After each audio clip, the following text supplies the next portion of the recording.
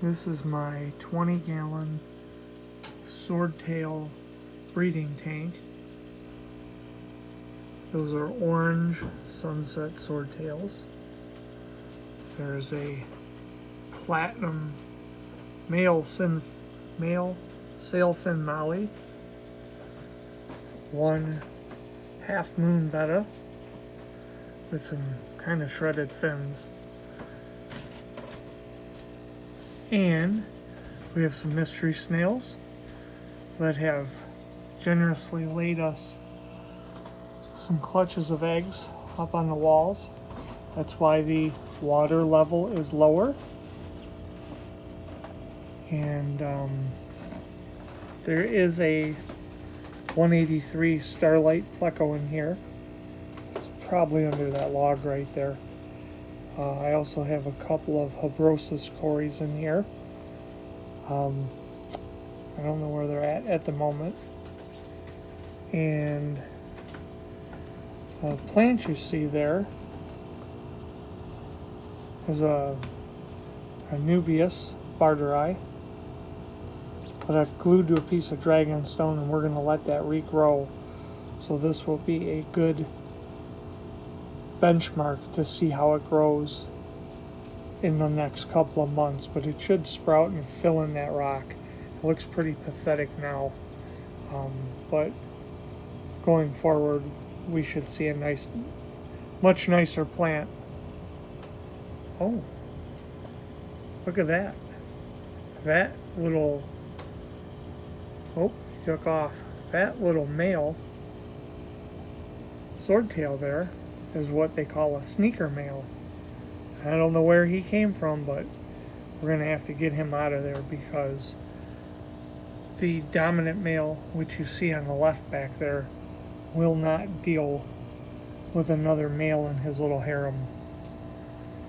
Looks like we have a little blackbeard algae growing in there, which we'll have to treat and try and get rid of. I've left it a little overgrown for a little privacy. Looks like we got some algae on the bottom to take care of too. We'll have to get the vacuum and clean that out. But the main point was to show everybody this tank and how we've got the water level a little lower, so we can let those let that snail egg clutch hatch. The humidity in here should help them to hatch out pretty well. And these are purple mystery snails. Where'd he go? It's way over here. These are purple mystery snails. Get a side view there. He is an absolute monster. Obviously there's a male and a female because you need them both to breed. But oh, down he goes. We got some algae in here. There's some snails. My Betta hangs out in here. And that is a fake plantlet I have upside down in the tank to try and help the babies hide in the cover. As you know, swordtails are live bearers, so they give birth to live young, and they will eat them. They have no parental care at all. They just see them as a food source. So this is a plastic plant, which I'm not a giant fan of, but it's enough cover to keep the babies growing and to keep mom and dad away from them, which is the key. I was kind of hoping we might have a couple in there that I could show you, but there's enough room for them to swim, and there's enough, it's tight enough to keep mom and dad out of there. And there's, a smaller one, but he would have grown up in this upside down plant. And that's the way we keep it. Some top cover here. And you'll see algae bloom on the leaves, which is not what I want. But as they contact the top of the tank here, they will give the babies cover to grow up, and that's what ultimately what you want. There's a lot of Anubias barteri in here, which I do farm and glue to rocks and sell at swaps and auctions. We're gonna have to clean this piece up though, because that hair algae is not a good thing. So that is the plan on this tank. There's another little baby there. I was hoping we get a shot of that 183 pleco for you, but I don't see it. A friendly snail here on the move. Not yet. I'm hoping to wake up one day and see baby purple mystery snails all over this tank. It hasn't happened yet. If there's enough heat and humidity in here, those eggs should hatch.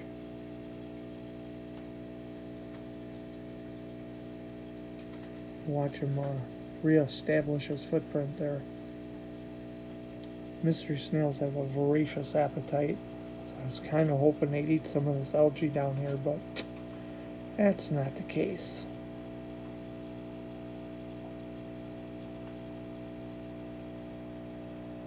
I don't know where his partner's at, otherwise I'd give you a shot.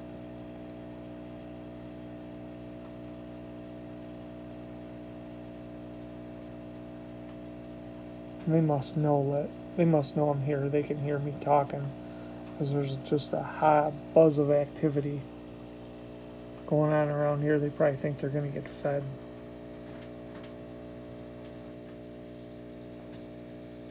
Wish he'd slow down and give me a nice shot of that male swordtail there.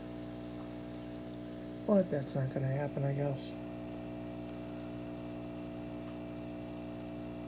And he is off to the races. You could tell this is the male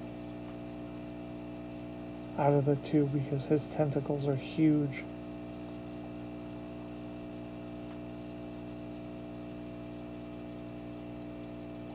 Maybe they all want to be on camera.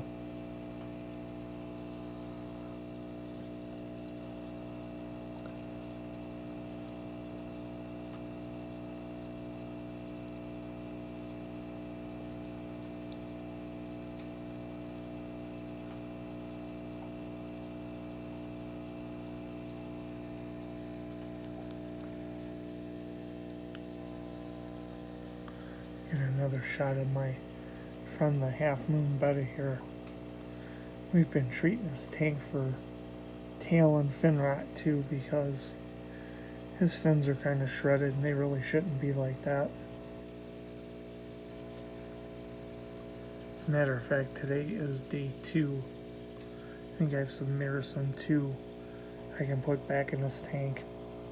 Hopefully that'll help clear that up. He really just needs to be in his own tank, is what it really needs to be at the end of the day. He's a pretty fish.